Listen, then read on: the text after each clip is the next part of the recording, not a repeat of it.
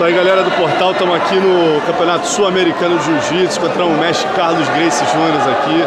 Carlinhos, fala pra gente como você vê o crescimento do Jiu-Jitsu hoje em dia no sul do Brasil. Olha, o objetivo de ter trazido esses campeonatos para cá é para difundir mais Jiu-Jitsu aqui no sul, é trazer mais olhos do país e do mundo inteiro o que está acontecendo aqui. O Jiu-Jitsu andava um pouco morno aqui no sul, porque a maioria dos campeonatos era no sudeste e não tinha muito incentivo aqui. As pessoas que gostavam de competir daqui teriam que ir lá para o sudeste, para o Rio, para São Paulo, para poder competir. Então a gente resolveu começar a espalhar eventos mais pelo Brasil, para incentivar mais outros locais e haver mais uma difusão do jiu-jitsu. Então esse é o objetivo do campeonato. E muita gente fala, né, Carlinhos, rola uma discussão muito grande, poxa, depois que o jiu-jitsu que a sede mundial passou a ser a Califórnia, o jiu-jitsu no Brasil deu uma esmorecida, né? Não é como era naquele tempo do Tijuca e tal. Em termos de números, né, pelo que eu estava vendo você falar ali com a colega repórter, não é bem assim, né? Os números cresceram de praticantes no Brasil, né? O jiu-jitsu, na verdade, o que o jiu-jitsu perdeu aqui no Brasil um pouco foi a mídia. Porque o campeonato mundial, quando estava todo mundo aqui no Rio de Janeiro, o que acontecia? Se falava mais em jiu-jitsu, né? Em cima da mídia, estava aquele burburinho do jiu-jitsu. Hoje diminuiu um pouco isso, o burburinho passou lá para fora, porque a direção às vezes está um pouco mais lá fora. Então o que acontece é que, mas em termos de aumento de competições e aumento de participantes, o Brasil tem crescido muito.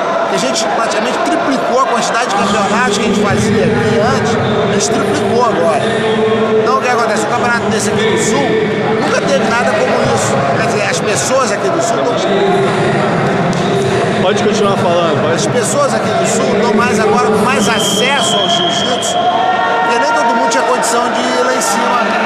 Lá no Rio de Janeiro. Competir, né? Mas você sente falta daquele tempo do glamour das competições, comparando com as que tem hoje em Los Angeles e aqueles tempos de 2000, 98, 99? Você não acha que as competições eram mais, sei lá, tinham atletas mais tops? Como é que você vê isso? Não, eu não acho que tem atleta mais top, não. Eu acho que cada ano que passa os atletas estão melhores, tá? Tem mais gente treinando jiu-jitsu, mais gente se dedicando, a técnica cada vez se difunde mais. Então hoje eu acho que ganhar um campeonato mundial hoje é mais difícil que ganhar um no passado. O que acontece é que a gente vivia como fosse uma tribo. É aquele negócio, não tinha aquela paixão pelo evento de competir com aquela academia da esquina ali. Todo mundo concorria a um pedaço pequeno do mercado. Então a competitividade era muito arraigada em um querer vencer o outro. Eu acho que hoje está mais em cima do atleta, né? Hoje não tem mais tanto aquela paixão que existia ali, o pessoal envolvido naquilo, mas hoje profissionalizou mais, os eventos são maiores, as pessoas vão lá para como um show, para assistir. Entendeu? Eu acho que se curte mais o campeonato hoje do que se curtia antigamente. Antigamente era um estresse muito grande. Era uma coisa mais brasileira, né? Uma briga das grandes equipes do Rio, né? Que era a meca do esporte. Hoje em dia são várias mecas, né? O esporte é dividido mundialmente. Exato. Antigamente a gente brigava com o vizinho. Hoje o pessoal, você compete com um cara que vem da Rússia. Você não tem nenhuma intimidade com ele, você não tem nenhum problema pessoal com ele. Antigamente eram problemas pessoais que eram sido resolvidos no campeonato de jiu-jitsu. O cara queria ganhar para poder implicar com o outro na rua. Entendeu? É como o campeonato de futebol. O cara perdeu, os caras ficam gozando o cara na esquina. Teu time perdeu, não sei o quê. Hoje não. Hoje todo mundo quer ganhar. Eu acho que todo mundo treina mais.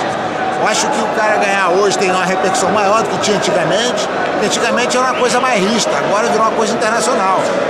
Então, eu acho que a gente está numa parte. Isso que aconteceu foi que nós evoluímos. Exatamente. Você hoje está morando mais na Califórnia, né, Carlinhos? Você teria números, né? Várias pessoas me perguntam quantos praticantes de jiu-jitsu tem hoje no Brasil ou no mundo. Você teria uma coisa meio por cima, assim, um número mais ou menos? Olha, eu não estou morando na Califórnia. Eu passo parte do ano lá, parte do ano aqui. venho para o Brasil, eu não fico muito no Rio de Janeiro, as pessoas não me veem muito, eu fico mais aqui no sul do Brasil. Justamente para começar a incentivar o jiu-jitsu aqui, começar a incentivar as academias, ver se as academias conseguem crescer. O que acontece é que dá um estímulo e fazer a cabeça dos professores para trabalharem melhor, para acreditarem mais no trabalho deles, entendeu? Mudarem o estilo de aula às vezes, ficar só muito preocupado com competição e não pega um aluno comum na rua. Então são esse tipo de coisa que eu acho que, como a gente morava no Rio, a gente tinha mais acesso direto às pessoas que estavam lá. E aqui o sul ficou um pouco abandonado. Então, eu venho mais para cá agora com o intuito justamente de fazer isso. Você perguntou sobre o número? O número mais ou menos de praticantes no Brasil. Você teria uma ideia nos Estados Unidos, praticantes, pelo menos confederados, você teria uma noção mais ou menos? Na verdade, nos Estados Unidos, as pessoas estão começando a se confederar agora. A gente começou só com os faixa preta. Então, quer dizer, não dá para saber esse número. O que eu posso dizer é o seguinte: as academias de jiu-jitsu nos Estados Unidos têm muito mais alunos do que as academias de jiu-jitsu no Brasil. Eu acho que no Brasil tem mais academias de jiu-jitsu, mas com menos praticantes dentro das academias de jiu-jitsu. Nos Estados Unidos tem menos academias com mais praticantes. Eu acho que, com o decorrer do tempo, eu acho que a população de jiu-jitsu nos Estados Unidos vai passar do Brasil. Se não houver alguma coisa aqui bem estruturada, para se poder pegar o indivíduo comum que quer fazer um jiu-jitsu como uma ginástica, não como uma competição. E você vê que a gente continua mesmo, né? Hoje em dia o Brasil continua tendo os maiores atletas, né? Os maiores campeões, apesar do jiu-jitsu ter crescido muito nos Estados Unidos, indiscutivelmente, no Japão, na Europa, mas os brasileiros continuam dominando a cena, né? A que se deve isso, Carlinhos, na sua opinião? Acho que se deve, na verdade, se eu abrir uma academia hoje em um lugar que não tem jiu-jitsu, eu só vou ter faixa branca. Para esse faixa preta, para esse faixa branca virar faixa preta, vão demorar 5, 6 anos. Né? O que acontece é que as academias no Brasil são antigas, então ela tem uma quantidade de graduados muito grande. Os Estados Unidos não tem essa quantidade de graduados, a gente tem muito faixa branca e faixa azul. Então eu acho que é questão de tempo para a imaturidade das academias para os Estados Unidos poder ter muito faixa marrom e faixa preta. O que acontece nos Estados Unidos é que quando começou o jiu-jitsu lá, as pessoas que começaram a praticar jiu-jitsu eram pessoas beirando os 30 anos e acima dos 30 anos. A maioria dos faixa preta nos Estados Unidos hoje são todos masters e sêniores. Mas agora está havendo um investimento em criança muito grande. E daqui a 5 anos, 4 anos, vai ter uma equipe de garotos de 18, 19, 20 anos, faixa preta. Aí eles vão começar a ficarem concorrentes do Brasil em competições do mesmo nível. Eu também, né, eu vi muitas críticas. O Carlinhos agora está fazendo um McDonald's do jiu-jitsu. Acabei de falar ali, não foi o que eu vi. Eu tive lá em algumas academias suas, até escrevi uma matéria sobre isso. Eu achei uma coisa muito organizada, quer dizer, você padronizou. Não seria uma coisa de McDonald's, mas uma coisa de padronizar o jiu-jitsu. Como é que você responde a essas críticas? Olha, o que a gente tinha aqui era Fight Club. A gente não estava trabalhando com escolas de jiu-jitsu. Eu resolvi criar da Gracie Barra uma escola de jiu-jitsu. Então, a gente continua se preocupado em ter atletas de alto nível, mas o principal foco hoje é poder atender o indivíduo comum que quer chegar na academia de jiu-jitsu, aprender uma técnica, ele não quer se meter com competição, não quer se machucar, ele quer ir ali, em vez de correr numa esteira numa academia, ele ir na tua academia e fazer uma aula técnica. Então, para isso, você tem que padronizar as aulas. E se você não padronizar as suas aulas, você não tem condição de manter esse sistema dentro da tua academia. Então, o que nós fizemos ali foi pegar as aulas de jiu-jitsu e colocar no papel. A pessoa quando chega na academia, ela tem que ter um certo comportamento. Ela não pode chegar lá e sair arrancando kimono e ficar sem camisa dentro da academia. Então, o que acontecia aqui, o que acontece em Fight Club, cada um faz o que quer dentro da academia. Então, quando a gente começou a modificar isso, a as pessoas começaram, normalmente concorrentes, o cara está fazendo a McDonald's do jiu-jitsu, o cara está fazendo aquilo, quer dizer, mas eu vejo o seguinte, é a única solução que as academias de jiu-jitsu têm para sobreviverem e o professor de jiu-jitsu poder viver do jiu-jitsu. Porque muitos professores de jiu-jitsu trabalham o dia todo, aí vão no final do expediente dar uma aulinha de jiu-jitsu. Se ele quiser viver do jiu-jitsu, ele tem que seguir esse caminho de ter uma academia que possa ter 200, 300 alunos. Senão ele não pode viver do jiu-jitsu. Então, para ele botar 300 alunos ou 200 alunos dentro de uma academia, ele tem que pegar o cidadão comum. É o cidadão que vai numa academia fazer ginástica. Por que tem tanta gente fazendo ginástica e não tem tanta gente fazendo jiu-jitsu? As mulheres fazem ginástica, adoram ginástica, mas não fazem jiu-jitsu. Por quê? Porque o ambiente do jiu-jitsu não está convidativo para a mulher. Você não vai levar sua mulher lá no ambiente que é uma fight club, que cada um fala o que quer, fala palavrão na sala de aula, nego tira a camisa, nego não tem respeito. Então, o que aconteceu? Eu resolvi fazer o seguinte, minha academia vai ser padronizada. Acabou esse negócio, quem não está satisfeito, vai para outra academia. De agora em diante aqui tem que ser assim, uniformizado.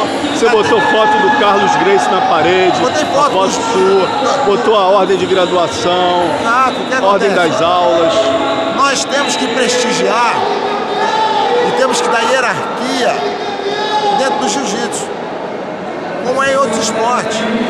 O criador do esporte tem que estar em qualquer academia. Então o que acontece? Essa é a maneira que eu enxergo. E a gente está tendo sucesso com isso. A resposta foi muito boa. Outras academias estão vendo isso, estão começando a se tocar que tem que seguir esse caminho. Se não seguir esse caminho, vai pro buraco. Então, na verdade, o que acontece? Eu vejo no futuro as academias de jiu-jitsu quase todas seguindo essa mentalidade para poderem melhorar. E isso vai melhorar muito o nível do jiu-jitsu mundial. Então a gente está dando um pontapé que é para os caras seguirem mesmo, para os caras aprenderem. A gente não está querendo esconder. Tanto que a gente fez DVD de aulas e botamos no mercado para vender. A gente quer que os professores de jiu-jitsu aprendam isso. Eu quero que o nível do jiu-jitsu melhore. Eu quero que os praticantes do jiu-jitsu sejam pessoas de um nível intelectual, de um nível espiritual mais elevado. Não só o lutador, só o casca grossa. Então, esse é o trabalho que eu estou fazendo. E algumas pessoas não entendem isso e falam besteira. Normal, né? Agora, Carlinhos, voltando um pouquinho no assunto, existe a possibilidade, né, para a galera, para os saudosistas aí, existiria a possibilidade, sim ou não, de você um dia trazer uma edição do Mundial de volta ao Rio de Janeiro? Olha, eu acho que tudo é possível, entendeu? Hoje eu vejo o Rio de Janeiro como uma cidade um pouco assustadora para as pessoas lá de fora. A propaganda do Rio de Janeiro lá fora não é uma propaganda positiva, eu tenho medo de ver o Brasil. Eu encontrei com um fotógrafo japonês e falou, fui lá, me roubaram minha máquina, roubaram isso, eu não volto mais lá não. Então o que acontece? Fica difícil às vezes você querer fazer uma coisa em um local onde não tem uma segurança necessária para garantir a segurança das pessoas. Então, enquanto isso não mudar, é uma coisa difícil. O tamanho também, por exemplo, do Tijuca já não estaria pequeno para o jiu-jitsu? Não tem condição mais disso. Na verdade é o seguinte, quando você dá um upgrade em alguma coisa, as pessoas não aceitam dar um passo atrás mais. Elas estão acostumadas com uma coisa maior, mais bonita, mais organizada, fica difícil você dar um passo para trás. Então, o Brasil, eu acho que o Brasil tem que ter mais investimento, tem que dar uma atenção especial ao esporte, criar mais condições, mais ginásios. Se você for nos Estados Unidos, você vai ver que cada cidadezinha, cada bairro tem um ginásio bom. Cada colégio tem um ginásio bom, cada universidade tem um ginásio bom. Por isso que o esporte nos Estados Unidos, está ganhando medalha em tudo que faz. Ele dá condições para o cara fazer.